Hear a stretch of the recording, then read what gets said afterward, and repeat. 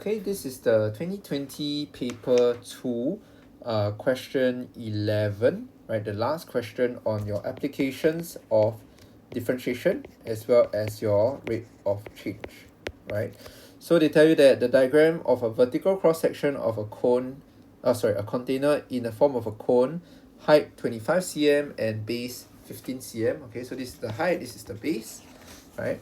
The container is initially empty at time equals to 0. Liquid is allowed to flow through a small hole close to the vertex. Okay, vertex is at the top or at the tip. Okay, after t seconds, the height of the liquid of the container becomes 25 minus x cm, and the volume of the liquid is v.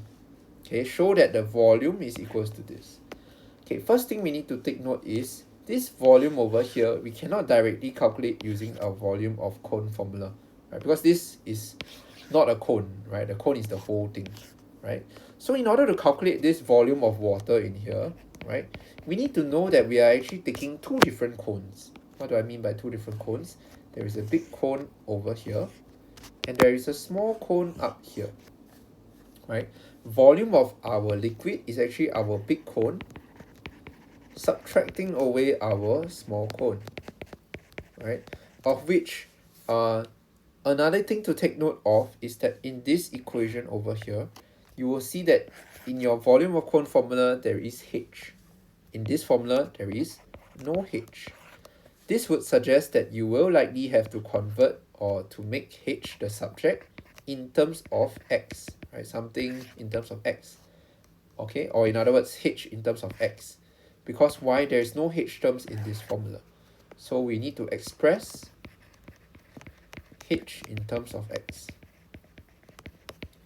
Okay, but before we do any of that, well, we can easily calculate the volume of the big cone first, right? Which is just 1/3 pi, sorry, let me write this here, right? 1/3 pi, r is 15 square, and h, right? My height is 25. Okay, volume of small cone we will figure out later, right? How to what is the radius accordingly from here, right? We'll figure that out later.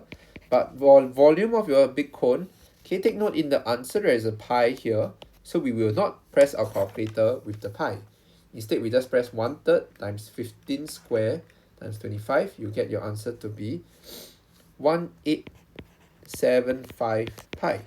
Okay, you can actually kind of see 1875 to be over here, right? 3 times 625, you get it to be 1875. Okay, so we really got the first part of the answer. Now we need to find the volume of the small cone, right? So minus this question mark over here. In order to find the volume of the small cone, the information that we are missing is actually the radius of the small cone, right? We don't have this radius over here. So how do we find this radius over here? Well, you actually need to see this as a similar triangles question, right? Where you have a small triangle and you have a big triangle, right? Of which I'm going to relate it to small triangle over big triangle, right? How it will work is that my height, which is x, over my big triangle's height, which is 25, is equals to my small radius, which is r, which we are trying to find, over 15, right? So if I were to make r the subject, all I'm going to multiply is this 15 up. So I get it to be 15 over 25x. I get it to be 3 over 5x. Right, this is my radius.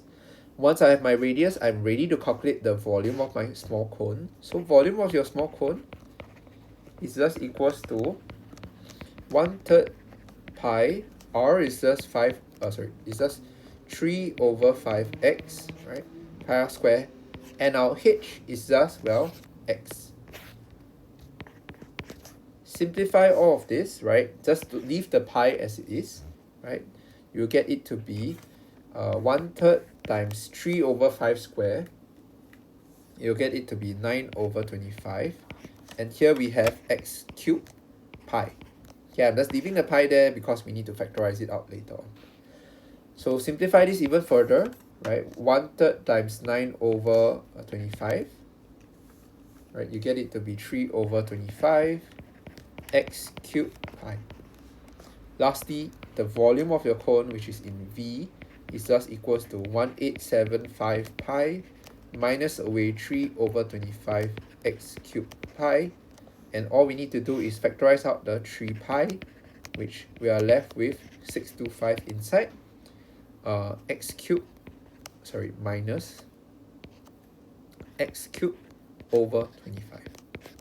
And this is how you show. Shown. Okay, so this is for part 1. Need to use these similar triangles to help you out.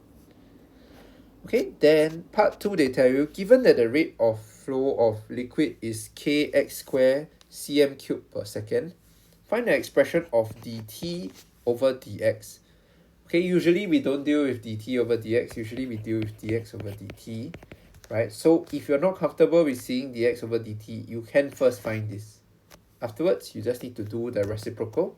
You need to say 1 divided by dx over dt. Then you'll be able to find your dt over dx, right? Because why? When you do the reciprocal, you are just taking 1 divided by this. These two will just swap and your sign will change to multiply. Okay, so let's first find dx over dt. Because in order to find dt over dx, we need to find dx over dt first. Right, dx over dt, you can come up with a relationship with that of our volume, right? dv dt is equals to, because they have given you over here, right, that this is a dv dt, right, or the rate of change of volume over time is equals to our dv over dx multiplied by our dx over dt, right? And in this case, because I want to find dx over dt, I'm just going to make dx over dt the subject, right? And dx over dt can also be written as dv over dt divided by dv over dx. Okay, just to ensure, you can just split this and then your sign changes, your dv will cancel out. Okay, so now that we have this equation over here, we just need to find out what is my dv dt and what is my dv dx. dv dt, we already have it, right? dv dt is just equals to kx squared, so that's one problem solved.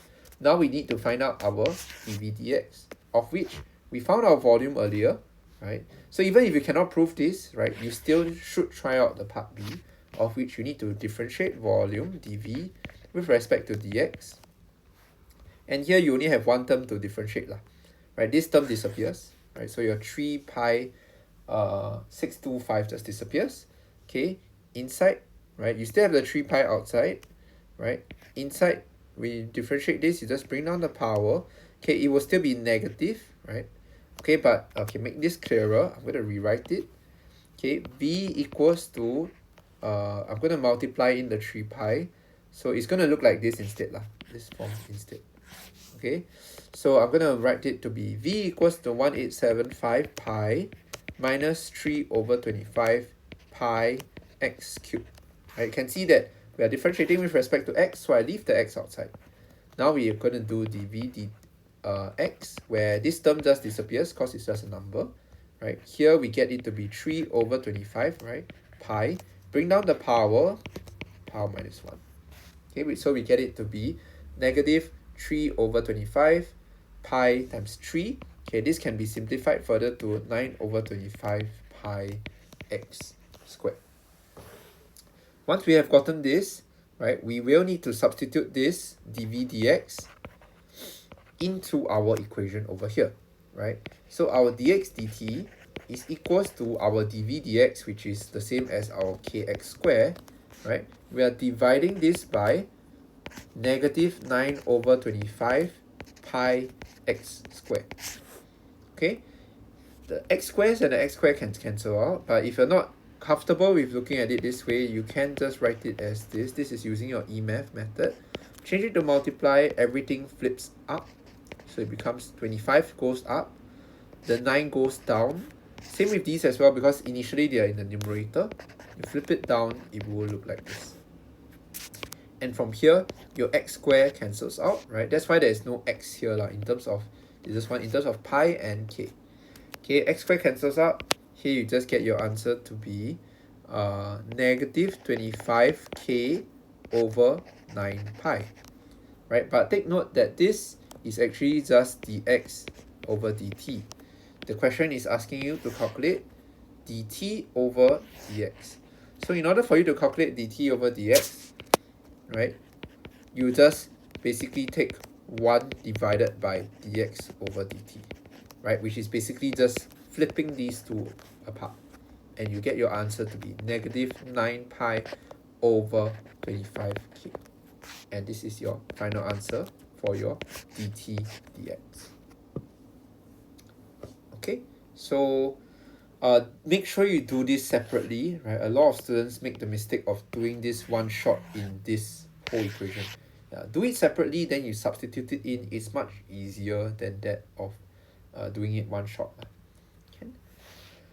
And then the very last part to this question, they tell you that the liquid was allowed to flow for 72 pi seconds when the height of the liquid reached 12 cm.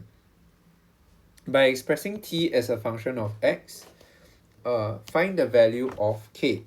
Well, that is why they ask you to express dt over dx. Because what we're going to do here is we're going to integrate this, right?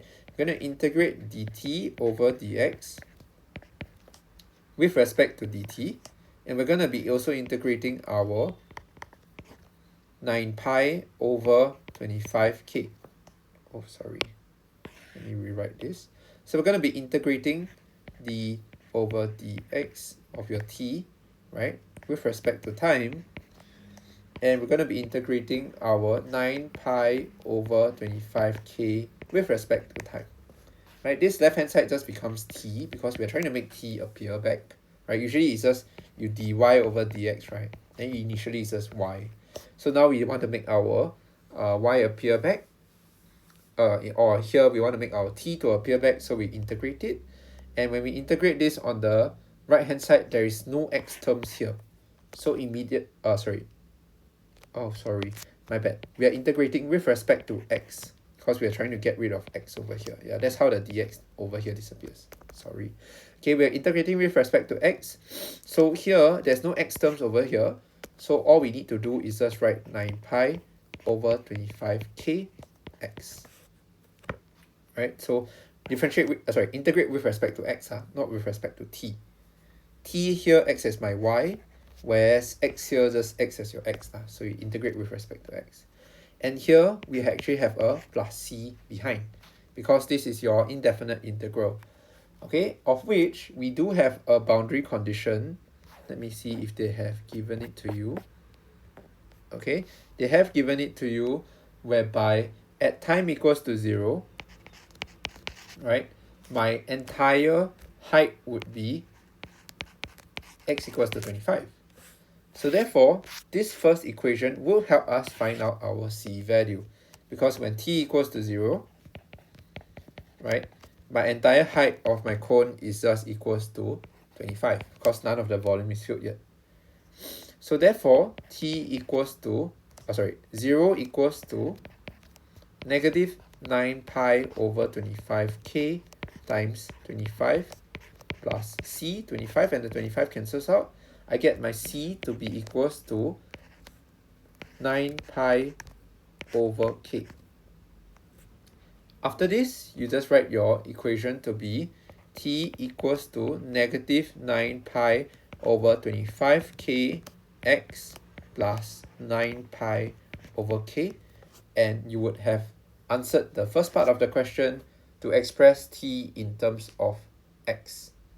The next part of the question requires you to solve for the value of k, right? So the value of k, you can see this is the unknown, this is the unknown. Do we have any other boundary conditions which will help us?